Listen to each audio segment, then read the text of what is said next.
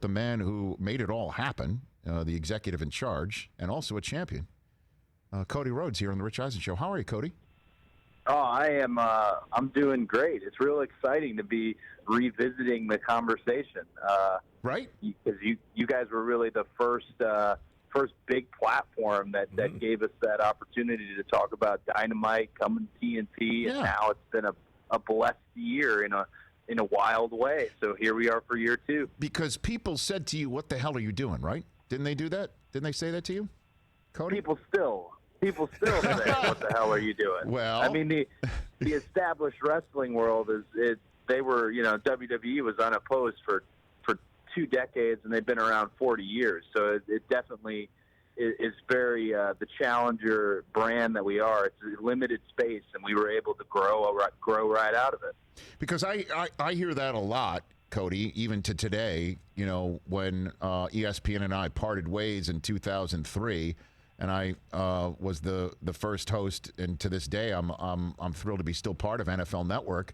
I still hear what were you thinking back then? Obviously it's worked out, but what were you thinking? I hear that to this day, so I'm not surprised that people still say that. But I mean, you made the right decision. Well, Cody. you got to bet on yourself. That's what you Damn did. straight. Now it's your show. It's your house. So you have to bet on yourself. No, I know that. But if I could make myself also win the championships, I would do that too. It's not exactly how it works. I am once again now a 2-time TNT champion. I noticed that, Cody. I noticed. It's such a pretty belt too. I wish I could show you in studio. It's such a pretty belt.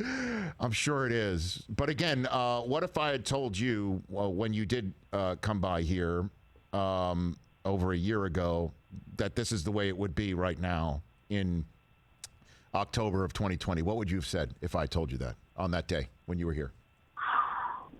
I'm a confident person, but out of the fold of individuals that made this happen, I was probably the most, I guess, realistic is what I thought at the time.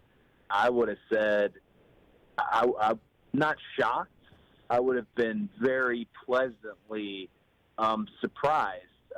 It's not that I wasn't confident. It's just that if we look at where we truly are, last week, women 18 to 34, that was the first time ever that demographic topped our male graphic at points during the show. ITV in the UK, we're doing extremely well there, including better than Monday Night Raw, SmackDown. I mean, we're blowing the competition away there, and we're dominating the wrestling space on Wednesday nights. It was always going to be difficult, us being opposed, but to dominate in the fashion we have. And I don't mean that with any bravado. I'm just genuinely really proud of it. So I would have been pleasantly surprised. So then why do you think it is working, Cody Rhodes? Why do you think it's worked the way it has? To what do you owe it? Authenticity. That's really it. When I get around individuals, sometimes like the Warner Media marketing team or new people to wrestling, and they want to know what makes us different. That's the number one thing I'll say. And what I really like to extrapolate just on authenticity for a wrestler, it's these characters back in the 80s and 70s when wrestling fans were rabid for wrestling. You'll hear people say all the time, well, it's because they thought it was real. It was the suspension of disbelief. And I disagree, especially if you look at some of the silly stuff Ric Flair and Dusty and Hulk were doing. I actually think it was the connection made to the characters, and the only way you can reach across the barricade and actually connect in a way they want to see you win or they root for you to lose is being authentic in your interview, authentic in your ring work, and that's what I think we have that separates us from everybody. Well, my kids are watching it a lot, Cody, and they're locked in.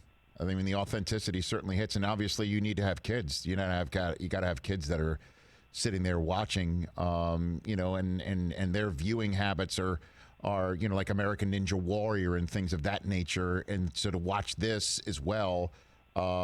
This is exactly the type of thing you're looking for, I imagine, as well. Not just my kids, but just kids. How old are your kids? 12, 9, and 7, sir. Oh, what a good cross section. That's really great to hear. As as for me on TV, I feel like sometimes I'm a little bit of the last of a dying breed. I'm a really just kind of white bread good guy. Is the only way to put it. Okay. And I like hearing that, kids are watching the show, because my biggest fan base is skews young, and I like that. I like that being on TV still in wrestling. Well, no, they've sought it out, and then on occasion, after some of the NBA playoff games, they would run your programming as well on TNT. So they're constantly it's on the screen quite a bit. And so I haven't used the dad points yet to say I know you. Not yet. I haven't busted that out. I'm waiting on that, Cody. Yeah, you got it in the pocket. It's there when you need it. If they get more into it and more into it, bam, you slam that thing down. You're just the coolest. I'm just waiting for you to be unmasked in The Masked Singer one time, and then it'll just be a double whammy if that ever happens.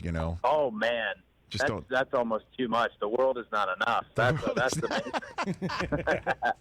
All right, so I give you the floor on what this anniversary episode is all about, Cody. Tell everybody. Anniversary for AEW. It's 1 year of Dynamite, and we're doing something very special in the sense that all the titles will be on the line, all the gold, and that's so rare in wrestling. And so you've got a great women's championship match with Sheeta versus Big Swole, the world championship on the line, Jon Moxley versus Lance Archer, myself defending the prettiest belt in the business, the TNT championship. In a total mismatch, Orange Cassidy is outsized and outgunned, but all the respect in the world for him. Plus, it's an anniversary show. There's got to be filled with all the bells and whistles and all the surprises of great American wrestling. Well, I mean, if we're on the subject of total mismatches, how's your wife doing, Cody? She is really leaning into being the boss of the family. Yes, I'm sure. Well, every successful venture needs a brilliant Michigan mind behind it, Cody. So, that's just my 2 cents on the subject about Brandy. I used to be really proud of. I always told people she's a Michigan grad, because I'm this dumb wrestler who didn't go to college. But she's she throws that out there often in meetings as if I'm like a dummy. So I feel like that's what I'm saying. She's really leaning into being this boss. Yeah. This kind of queen thing going on. What can I do? I'm in. I love her, right? I gotta see it through. You're a lucky man, sir, with a brilliant mind inside your family like that with your wife. It's fantastic in the business that's going on. TJ, would you like to ask a question of Cody Rhodes? You're the Rich Eisen Show wrestling expert, as you know. So go for it. Go for it, TJ. You have the floor. What's up, Cody? How you doing, bro? I'm good. How are you? I'm great, man. When you were here last September, you and I talked a little bit about, getting AEW started up, and, you spoke about authenticity, and I shared the story with you about me and my grandfather. Wrestling was our thing, and watching your dad, the American Dream, Dusty Rhodes, would drive my grandfather crazy when Dusty would get, jumped by the Four Horsemen, because he couldn't understand why Dusty didn't get Magnum and Nikita and wait for Ric Flair in a parking lot or a gas station and beat him up. And even as a young man, I was like, well, Grandpa, I don't think that's how that works. But, but yeah, the authenticity you talked about was very real. We had Stone Cold in here. I asked him this, so I'll ask you. Martians are coming to invade the Earth, Cody, and you've got to assemble a Survivor Series team of 4 wrestlers to protect us all. Old school guys, who would you pick to have on your Survivor Series team and to protect us all? Very interesting. And you're going traditional, so 4 plus me, teams of 5 strive to survive type thing. Yes. Right? Well, I asked Stone Cold, and he didn't put himself on. He said he'd be the coach. So you can either be on it or not. But who would you assemble? I'm maybe breaking Steve's rules here, but it's teams of 5 striving to survive. Mm-hmm. I'd have to really. Such a great question. I'd go for sure with Mr. Brody Lee, the man who I just defeated for the TNT Championship, because he's got the size and he's nasty, and the quickness. He's a modern super heavyweight and how he moves. In addition to that, I'd throw my brother in there, my lovely 50-year-old, somehow younger brother. I don't know how that dynamic has been created, but I'd put him in there. Still one of the best in the world. Still, absolutely. It's just timeless. It pisses me off. And then I get two more. This is where it gets tricky. The rubber is meeting the road here. You know what?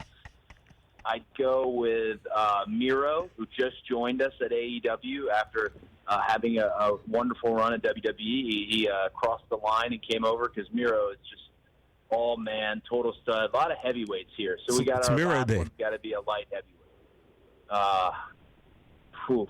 Light heavyweight, who could it be?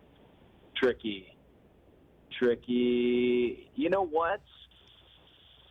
I'm gonna take a name out of. I'm gonna say Rey Mysterio. Oh. I'm gonna say Rey, and it's probably inappropriate for me to say Rey, but Rey he gave me my first big break in wrestling, and you need to balance out all those big boys with a Rey. I love that. How would you rate the answer? Because all I heard was supportive family and his own business venture. So you tell me how that was wrestling-wise. He's got some monsters on his team, I'm going to tell you that. And you know, I don't know if Rey can make that switch over, but if he can, that's a great team. I mean, this was hypothetical, and you said these are Martians coming. Yes. Yeah, sure. No, I understand. See, the trick when you put a super team together is, and I didn't do it with this, though, but whenever you do it in wrestling, you also have to pick someone who will lose, just in case you guys have to lose the match. In this case, we didn't pick anybody who's taking the fall. So that means we got to win this then, Cody. Yeah, we got to win unless Dustin gets beat. My brother. Well done, Cody, man. Good talking to you, man. Hey, good chat as always. Always love having you on. Congratulations again on your venture. Now, if you need, because I saw again with your competition, they reached out to McAfee. If you need a sports talk radio host / television person to suit up and go top rope or something, I can diet for a bit. You might need to bulk up. I can be that guy if you're going in that direction. Cody. Oh, I have no doubt that you could whip Pat's ass. So you're always my first. Always, you were the first big spotlight for us. So I appreciate you're my tag partner when you're ready for the match. I got it. We can have at least the love of punting and wrestling. Cody, thanks again for the call. Appreciate it. Congrats. Best to your family. Best to your venture. And let's keep chatting down the line. Yes, sir. Thank you guys so much. You got it. That is the executive vice president and two-time champion. Two-time. Of AEW in advance of AEW Dynamite Anniversary Edition tomorrow, 8 p.m. Eastern on TNT. And that belt is beautiful. Indeed. Hey, you watched all the way to the end. Thanks for that. Watch more right here.